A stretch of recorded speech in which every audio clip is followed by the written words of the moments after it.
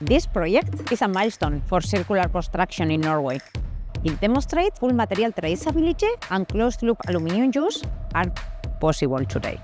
Taking down exactly that facade, taking the aluminium, sending it away, having it smelted, having it extruded into new forms and put it back up on the same building.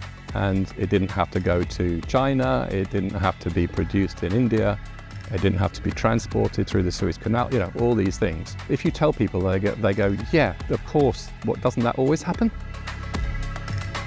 If we can use raw materials that are not composites, that are simple to dismantle and can be recycled directly and reused, they're what we call high-value recyclable materials.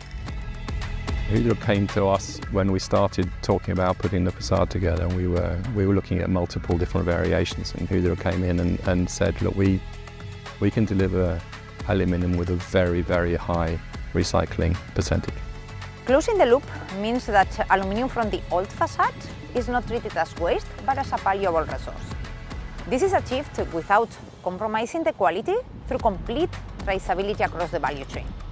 Every step, from dismantling to remelting to new product manufacturing, is documented to ensure transparency and compliance. Aluminium shouldn't be the expensive alternative. It should be the norm. The huge advantage of aluminium is the fact that you can recycle it and recycle it and recycle it and recycle it. This is where the industry is going. We should all do this.